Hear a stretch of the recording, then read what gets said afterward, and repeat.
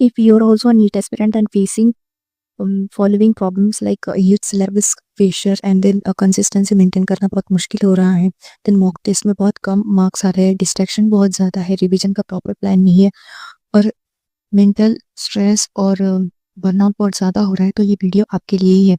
If you also feeling this problem, then comment yes and let's come back to one topic and don't worry, I am here. Pooja, NEET aspirant just like you and definitely crack the exam this time. I am here to help you out there. इस video को मन लगाकर जरूर देखना क्योंकि आपके सारे problem का सोल्यूशन इस वीडियो में है. And if you want 2 months of smart study plan and a daily anti-burn routine, and then comment below because I am here to help you out there. If this video helps you, then don't forget to like and share to your with your need buddy and subscribe for such a real content and relatable student guidance. Okay, लो तो एक एक problem को discuss करते हैं. Problem number 1, huge syllabus pressure. ये almost 90% student की problem है. तो एक फैक्ट बताना चाहूँगी मैं आपको कि फेब्रुआरी में कितने भी मतलब फेब्रुआरी में सारे नीट एस्पिरेंट का एक ही हाल होता है कि कितना भी पढ़ो बट पढ़ना हमें महसूस होता ही नहीं. हमें लगता है कि हम कुछ भी नहीं पढ़ रहे हैं. ठीक है, ये सारे स्टूडेंट्स की प्रॉब्लम है इस टाइम पे. तो असली गेम शुरू होता है जब से तुम कंसिस्टेंसी से पढ़ना शुरू करते हो. ठीक है, दो टाइप के नीट एस्पिरेंट्स होते हैं, एक जो ड्रॉपर होते हैं, एक जो फ्रेशर होते हैं. ठीक है, ड्रॉपर्स की हमेशा एक ही चीज़ होती है, उनमें कॉन्फिडेंस की बहुत ज़्यादा कमी होती है. ठीक है, उनके माइंड में नीट एक हाइप बनी हुई है जो कि वो उनके माइंड में एक ही है कि हम कर नहीं पाए उस चीज़ को और हम करना है. ठीक है, तो कर नहीं पाए हैं ये चीज़ उनके माइंड में बहुत ज़्यादा घुसी हुई है, बहुत ज़्यादा अफेक्ट करती है उनको. ठीक है, तो उनका सिलेबस चाहे कंप्लीट भी हो जाए, इनमें उनको ये महसूस ही नहीं होता है कि उनका सिलेबस कंप्लीट है और उनमें कॉन्फिडेंस ही नहीं होता. दूसरे टाइप के स्टूडेंट होते हैं फ्रेशर्स, जो कि जिनका माइंडसेट ऐसा होता है कि चाहिए तो भाई एमसी चाहिए, नहीं तो और दूसरा कुछ भी नहीं चाहिए. इस माइंडसेट की वजह से फ्रेशर्स एग्जाम क्लियर भी कर लेते हैं.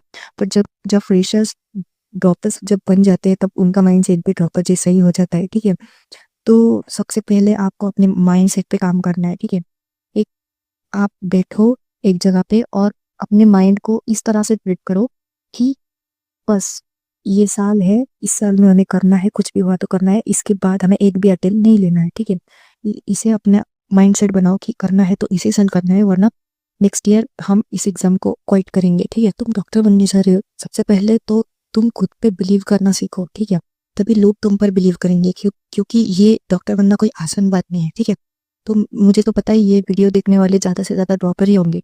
एक प्लान दे रही हूँ. ठीक है, सारे ड्रॉपर्स के लिए, अगर वो आप फॉलो करेंगे क्योंकि तो प्रॉब्लम नंबर 2 है हमारी कंसिस्टेंसी मेंटेन करना. इसके पहले वीडियो में मैंने आपको सबको बताया, इसके पहले वीडियो में भी मैंने आपको बताया था कंसिस्टेंसी के बारे में कि कंसिस्टेंसी मेंटेन करना कितना ज़रूरी होता है एक एग्ज़ाम क्रैक करने के लिए. ओके, और ठीक जब तक आपका माइंडसेट क्लियर नहीं है आप कंसिस्टेंसी मेंटेन नहीं कर सकते हैं. ठीक है, देखो एक एग्जाम्पल देती हूँ. जब हम एग्ज़ाम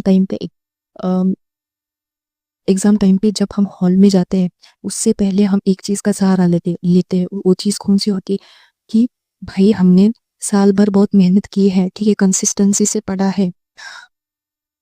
हम खुद को ये बोलते हैं कि तूने बहुत ज़्यादा मेहनत की है, तूने सारी सेक्रीफाइसेस करके रोज़ पढ़ा है, तो definitely you will crack the exam. ठीक है, हमारा कॉन्फिडेंस ही डिपेंड करता है कंसिस्टेंसी के ऊपर.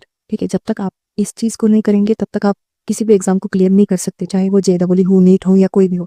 Then problem number 3 is exam में बहुत कम मार्क्स आ रहे हैं. ठीक है, ये किस वजह से हो रहा है? क्योंकि आपने रिवाइज नहीं किया हुआ है टाइम टू टाइम. ठीक है, तो सबसे पहले आपको एक रिविजन प्लान बनाना है. ठीक है, आपको अगर रिविजन प्लान चाहिए हो तो आप कमेंट करके बताइए. ठीक है, मैं आपकी ज़रूर हेल्प करूँगी.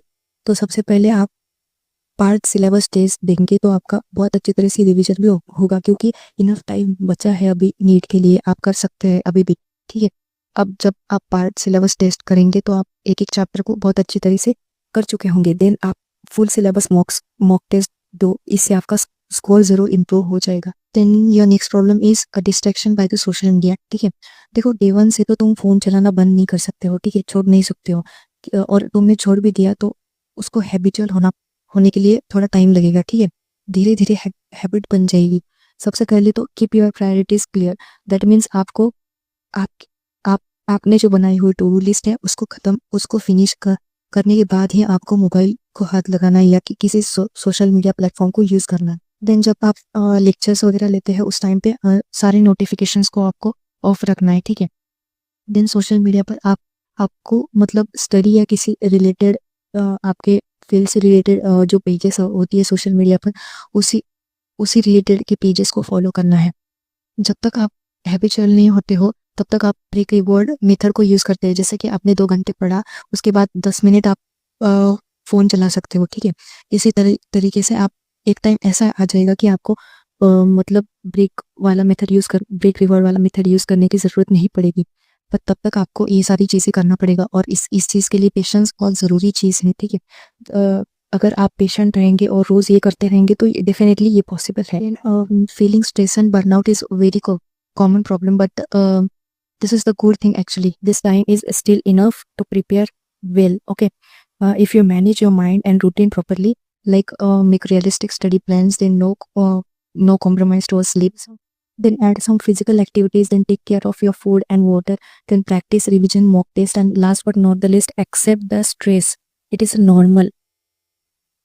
It helps you to achieve your goals actually. And last but not the least, stress is a normal. It helps you to stay serious about your goals. And if you want 2 months of a smart study plan and a daily anti-burn routine, and then comment below because I am here to help you out there. If this video helps you, then don't forget to like and share to your with your need buddy, and subscribe for such a real content and relatable student. So stay strong, stay consistent, and keep rising.